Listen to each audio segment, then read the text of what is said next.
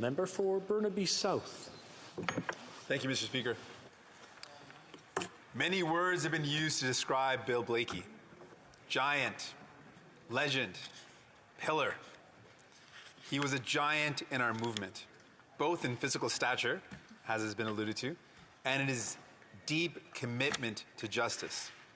He was a legend in the House of Commons. He held a deep respect for democracy and for the people he represented. He was a pillar of social gospel, a strongly held spiritual belief that we are called to fight against greed and to lift each other up. He was a beloved husband and father who instilled in his children a sense of adventure as well as responsibility to use their talents to make the world a better place. I was incredibly lucky to be able to attend Bill's memorial service in Winnipeg. It was led by his children in the most remarkable way. Rebecca, Jessica, the member for Elmwood-Transcona, and Tessa. They recounted stories of a father who would spontaneously pull the car over to put the canoe in unexplored bodies of water, sometimes with unexpected, but usually safe results. He was a father who could be counted on to deliver good advice and encouragement.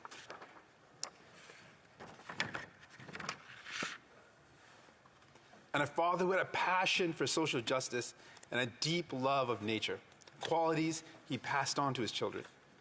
Bill loved the communities he served, whether he was in the church, his party, or his neighborhood of Transcona. He knew that his community has its roots in the railway, and he was dedicated to protecting those jobs and making sure they could sustain families in the future. Bill understood that economic justice, social justice, and environmental justice were all essential parts of our vision of a better Canada.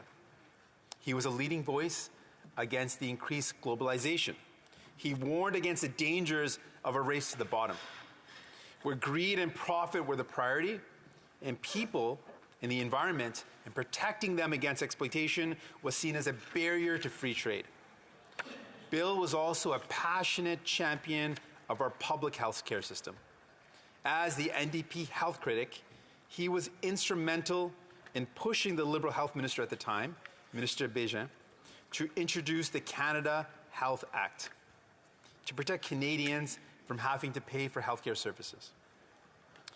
Both Bill and Minister Bégin tell stories of how Bill engaged in guerrilla warfare in the House to make sure the Act contained the necessary protections, and, as is still the case, the minister depended on this pressure from the NDP to convince her colleagues to make the legislation better for Canadians.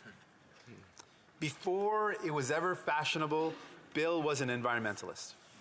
He loved nature, was an avid paddler and camper, and he believed it was a part of our mission to protect the earth. In his final act of political life, as Manitoba's Minister of Conservation, he put these beliefs into action when he took measures to protect the boreal forest, a place that had nurtured him. Bill loved Parliament. He was the Dean of the House and served as Deputy Speaker. In 2007, he was named Parliamentarian of the Year by Maclean's magazine. He was an incredible speaker, and his speeches in this place were legendary, shaming the government of the day for ignoring the needs of the most vulnerable and laying out a path to a better and fairer future. When Jack Layton was elected leader, he asked Bill to be his parliamentary leader, since he did not yet have a seat in the House. Bill had finished second in that leadership race, which was a disappointment to him, but he put that aside and took on the challenge of leadership in the House, working closely with Jack and sharing his wisdom and advice with the new leader. He also loved getting to know MPs from other parties and finding common ground with people who had a different view of the world. He could be hard on you in the House while still respecting your humanity and sharing a conversation over a meal. He was fiercely proud of his Scottish heritage. Bill was one of the founders of the annual Robbie Burns Nights on the Hill, which he saw as another opportunity for MPs of different parties to meet each other outside of daily debate. Listening to his children's story, tell the story of Bill's life, it was clear that he found his strength in two places: his faith and his family. Bill's Christian faith informed his politics. For him, the calling to do good in the world required him to challenge injustice and those in power who allowed injustice to happen. He did not believe that the Bible should be used to justify the politics of hate and exclusion, but as the politics of justice and equality. Bill loved his family. The life of a politician is not easy on families. It means long days and lots of time away from the home. Bill's wife, Brenda, was the glue that kept the family together, and it is her, more than anyone, that we must thank for sharing Bill with the country.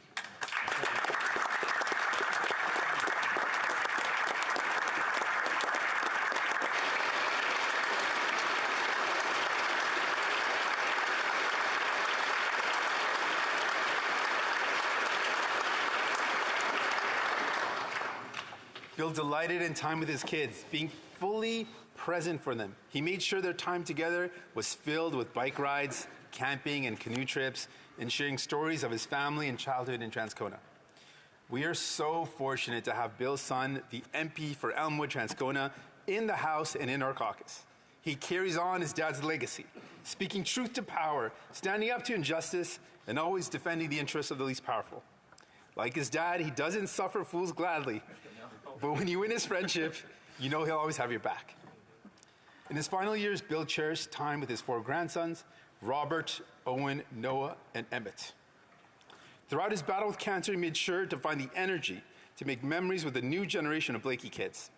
He took part in water pistol fights and played in the fall leaves with them, just as he had with their parents. Bill made sure that his grandchildren knew him and heard his amazing stories. New Democrats across the country mourn the loss of Bill Blaikie, and we are so thankful for his life. He leaves a legacy of compassion, fairness, and justice. His example reminds us that we are morally required not to add to the riches of those who have the most, but to meet the needs of those who have the least. I extend my sincere sympathy to his family and our commitment that we will continue his work.